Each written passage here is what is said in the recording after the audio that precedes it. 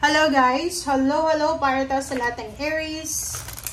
Aries, welcome dito sa aking channel, Kapalaran 888. Alamin natin kung anong messages, vibration, gabay energy para sa lahat ng Aries. Ito ay general reading, pwede kang makaresonate.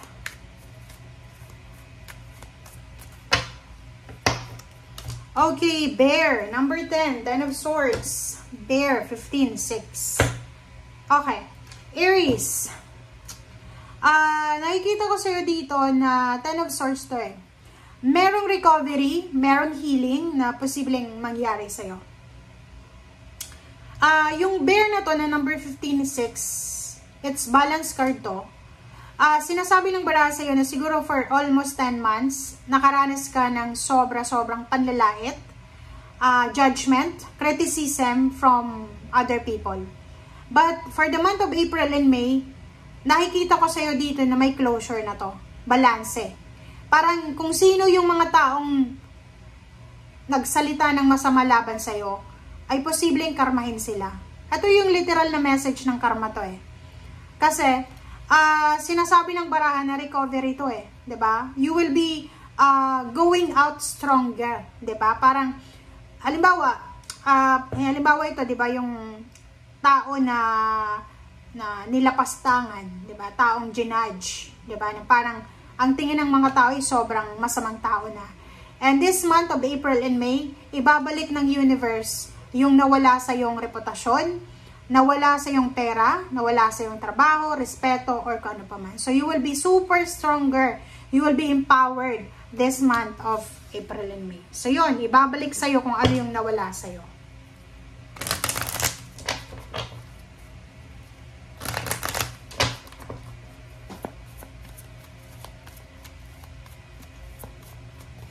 Okay, child, number 18.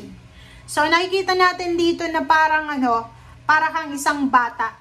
Para kang isang bata na isisilang ulit. So, yung simula ng April and May sa'yo, this is the new beginnings eh. Parang, halimbawa, galing ka sa paghihirap, babangon ka. Diba? Makakaraos ka ulit. Galing ka sa pain and heartaches, babangon ka ulit, magiging masaya ka ulit. May sakit ka, gagaling ka, makakabangon ka ulit. So, parang ito yon na energy. Okay? So, nakikita ko rin sa'yo dito, Aries, na nakafocus ka, kung may anak ka, may apo, nakafocus ka starting this April and May sa anak mo, sa apo mo, or sa taong, sa maliit na baby na to, or sa taong yan, na kailangan ng assistance and protection. Okay.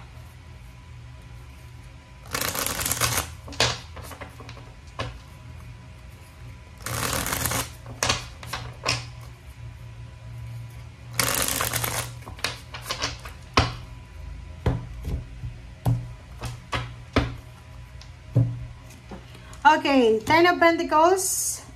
Wow. So, yun. Congratulations sa mga Aries na posibleng makaka-experience na ito eh. Nakikita ko sa'yo dito, diba? Sabi ko sa'yo na marami kang naranasan ng mga problema, criticism, judgment, or kung ano pa man.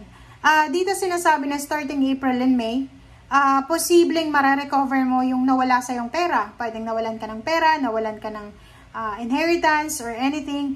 Dito sinasabi na may lump sum of money, payments, payouts, yung swerte, di ba, yung good luck and good fortune ay posibleng ibalik sa iyo ng universe na pwedeng maging rason para mag-celebrate ka. Meron din ditong Aries na pwedeng may salary increase, higher position, makakatanggap sila ng scholarship, makakatanggap sila ng help or financial help or emotional help.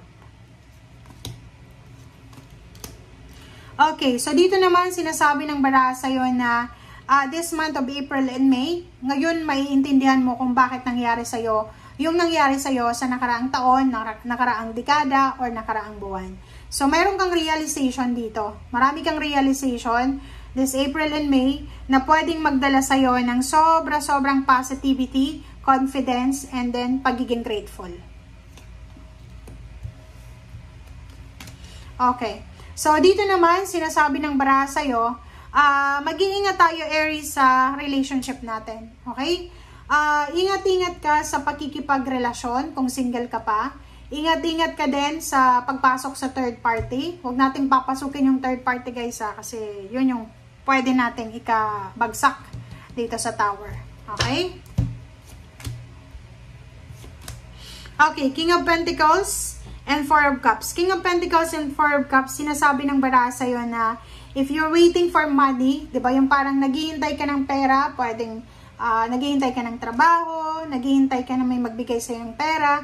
Dito sinasabi ng baraha na huwag kang masyadong magpanik, huwag kang masyadong mag-alala, mag-relax ka lang. Okay, huwag masyadong nakafocus sa pera, huwag masyadong nakafocus sa material na bagay. Okay? So, Strength card and Seven of Wands. Dito sinasabi ng baraha sa'yo, mag-focus ka daw, Aries, sa iyong health and well-being. Kailangan mong mag-relax, 'di ba? Yung parang sinasabi na relax lang, huwag kang mai-stress kasi pag na-stress ka, pwede kang magka-panic attack. Pag na-stress ka, pwede kang ma-stress talaga ng stress talaga na pwedeng maghuramentado ka, parang ganun. So, dito sinasabi na protect your peace, 'di ba? Protectionan mo yung peace mo, protect your health, physical health, mental health, emotional health. Okay. Next card natin is Eight of Pentacles and Queen of Pentacles. So, dito sinasabi ng baraha, Aries, na starting April and May, sinasabi ng baraha dito na pwedeng merong mga Aries na walang trabaho, naghahanap ng trabaho, na posibleng makatagpo sila ng trabaho, or pwedeng merong mag-offer sa kanila ng trabaho, and financially, ang trabaho ito ay pwedeng magdala sa kanila ng financial freedom and financial strength. So, ibig sabihin niya, kung wala kang trabaho ngayon, unemployed ka, relax lang. Enjoyin mo yung wala kang trabaho. Makapagpahinga ka. Yun, di ba? Kasi di ba, pag masyado kang nag-iisip, doon papasok yung mga negativities and toxicity na pwedeng hindi naman yan makatulong sa'yo eh. Oh, di ba? Tingnan mo to, oh. So, sinasabi ng baraha sa'yo dito, Aries, na you're going outside from obligation, fears, parang gano'n. So, marami kang kinakatakutan sa buhay na posibleng ma-overcome mo siya this April and May. Okay? Siguro for 8 months or 9 months or 8 years, 9 years ago, punong-puno ka ng takot, regrets sa puso mo. So, ngayon, sinasabi ng baraha na paalis ka na dyan, papunta ka na sa Four of Swords, sa peace and harmony, papunta ka na doon sa clarity, diba?